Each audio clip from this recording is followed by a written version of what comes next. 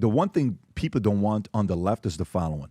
Trump sits down with Azerbaijan and Armenia and brokers a deal. Do you realize nobody thought this was possible? Just a couple years ago on this podcast, we're talking about what's going on between Nagorno-Karabakh and Artsakh and Armenia and Azerbaijan and Aliyev, and it's not pretty. And then this is what takes place. Rob, go ahead and play this clip. Can you put some audio? Yep.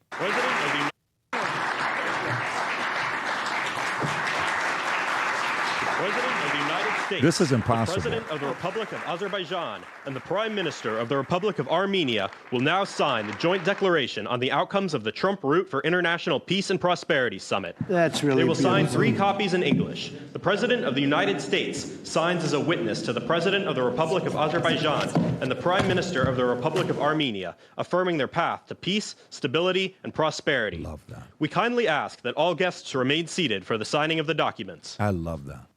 I love that. Look, do you know how big of a deal this is while he's doing things like this? My mother's family is from Baku, okay, Baku, Azerbaijan. But they're Armenian from Armenia, and, you know, they lived in Baku because there are a lot of Armenians living in Baku, Azerbaijan. For this to happen, now the question becomes, is the media going to give him the credit that he deserves? I don't know how many countries have now nominated him for a Nobel Peace Prize. I think it's 8 is what the number is today. Can you verify that, Rob, if I'm correct or not? 8 countries have now nominated this guy for a Nobel Peace Prize for actually creating peace, not just for being black and being a motivational speaker. I'm talking about actually doing something that's getting him a Nobel Peace Prize. Tom, how much you think this is a big deal, specifically that it happened a week before the meeting he's having with Russia and Ukraine, and Armenia and Azerbaijan are both directly and indirectly tied both to Russia and to Ukraine? I think this is a giant deal all by itself. How many decades did we go where, you know, U.S. governments wouldn't even acknowledge that there was a genocide in Armenia? How many decades did we go? Or a U.S. president wouldn't even say that. It was the Armenian-Turkish conflict. And now, sitting at the White House, we've got, you know, Armenian, Azerbaijan sitting together doing this. This is historic just by itself. The calendar doesn't matter. First, it's historic. However, it's so historic that coming in to what's happening in Alaska, it causes, I believe, the rest of the world to go, he's getting it done. He's getting people to the table. He's getting it done. And a week ago, he's Southeast Asia and says, you two little guys, knock that crap off. You don't want this. Our Navy is everywhere in the South Pacific. You don't want us to come help. Yep. So you guys knock it off. Don't get into this. Just a week ago he did that. And just to piggyback on what you said, Pat, kind of like under the radar, Barack Obama, do you guys know what he got a Nobel Peace Prize for? The definition? For his extraordinary efforts to strengthen international diplomacy and cooperation between peoples. Yep. What the hell does that even mean? No meetings, no sit-downs, no peace. Trump, on top of everything else, the tariffs, the border, economy, you name it, he's sitting down with them. He's scheduled to meet with these guys on Friday. He's trying his hardest to freaking, you know, help with, he's speaking up about freaking Gaza and Israel. Like, what more does he need to do? Give me, like, the Bloods and Crips. Does he need to stop the Bloods and Crips from fighting to get something? You know what I mean, Adam? What else? Well, he may do that. He's going to send the National Guard to L.A. So, by the way, here we go. Cambodia, Pakistan, Israel, Armenia, Azerbaijan nominated him for a Nobel Peace Prize. Adam, your thoughts on this before we move on? Isn't that a beautiful picture? Look at these guys holding these things up. Those documents are going to be sitting like in the Smithsonian and in world museums. This is so huge. Do you know how many presidents have won the Nobel Peace Prize? United States presidents. Take a guess. How many? Throw a number out real quick. 2. 2? 1? 4. You're right, PBD. Ding, ding, ding. Wow. The number is 4. Teddy Roosevelt was the first one to win in 1906 for mediating the Russia-Japanese War. Woodrow Wilson, 1919, he founded the League of Nations. There you go. Thank you, Tom. That was after World War I. That's college right Jimmy there. Carter won a Nobel Peace Prize 20-something years after he left office for his humanitarian work. But those are all tangible things. Like Vinny mentioned, Barack Obama won a Nobel Peace Prize 1 year after his presidency for his efforts to strengthen international diplomacy. Nothing accomplished. Nothing. For making a drones, speech bombing. at the Brandenburg Gate of the Berlin Wall. So that's If we didn't think the Nobel joke. Peace Prize was sort of like a cool kids club, there's Exhibit A right Do you there. think it's going to happen? You know what? I actually don't think it's going to happen. And here's my guess. Trump's going to go around for the next 3 years solving more international conflicts and ceasefires. We just went down the list. Azerbaijan and Armenia, the latest thing. But wouldn't it be great if Trump just solves the world's issues, world's peace, but then never gets credit for it? And then just says, look at the Nobel Laureate Peace Prize over here. Sham. Pat- I'd rather you get stuff done than get a fake award. So this is about just really fast. The Norwegian Nobel Peace Prize committee is in Norwegian. Does Norway hate him?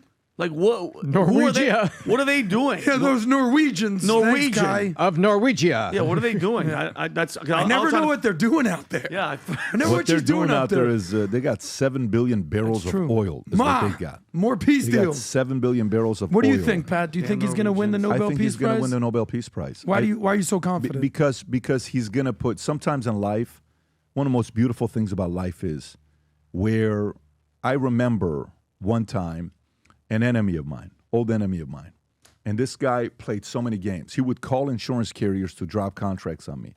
He would pay people to write negative things about me. And I knew it was him because those guys eventually became fans of mine because of Valuetainment. One day, I told him, I said, I'm going to turn your kids into Valuetainers. One day, his son has a school project that he's going up to speak at school about business and entrepreneurship. And his son goes in front of his class. He's 15 years old. And he says, I want to talk about Patrick Bet-David and what I've learned from him.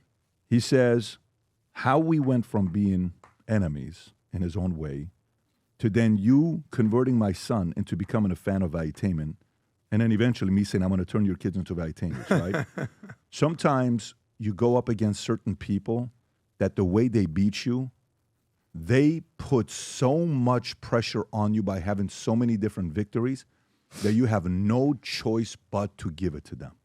The amount of peer pressure the Nobel Prize organization's going to get from so many countries, they're going to be forced to give it to this man.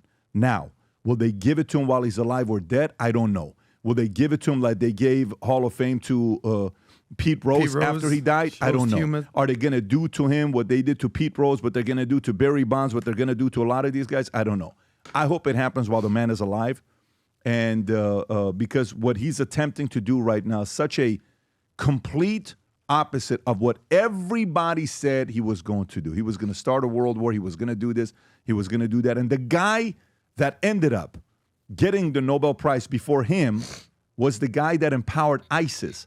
And ever since Trump took office, when's the last time you heard about ISIS? You haven't heard about ISIS. Well, you haven't heard about any of that stuff with ISIS ever since he took over. So who knows? Who knows what's going to happen? But I'm more optimistic on it happening. The Gentleman's Series, VT merch. Let me tell you, the ties that you ask for, black ties. This is 100% silk with the Valuetainment logo, is on it with the pocket square tie. We have them in black and blue, absolutely sharp, incredible quality. It's not the thin, shiny quality. It's great quality, the ties that are here. And the other one is, this is limited edition, 100% leather, Valuetainment bag that's out here, leather shoulder tote bag.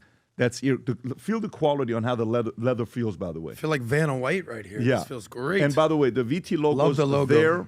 And Adam then knows when about leather. And then when you open it up, inside of it, you will see Future Looks Bright right here. Sick, absolutely sick.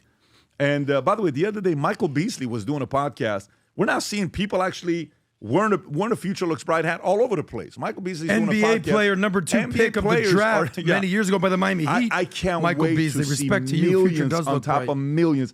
I get so many people on X who are posting pictures while they watch this podcast, and they'll tell me how they're watching the podcast, but they'll say, man, look at my Future Looks Bright hat. Look at my Future Looks Bright gear. Love seeing the support. More importantly, we need to convert more people that are coming here. We were just in LA this last weekend for, what do you call it? That show that happens. We won't post any of the pictures. You know the guy that sits in the middle Jubilee. and 20 people Jubilee. grill you? Yeah. I was in the middle with 20 anti-capitalists. That was awesome, Pat. It was epic. It was fire, and it'll be released in the next 4 to 6 weeks. Cannot wait to have you guys see it. But the whole premise is we need more people thinking the future looks bright instead of being victims. And, it's not fair. I'm not happy about what's going to happen. I'm so scared about the future. So if you support that as well, go to vtmerch.com, place your order. If you enjoyed this video, you want to watch more videos like this, click here. And if you want to watch the entire podcast, click here.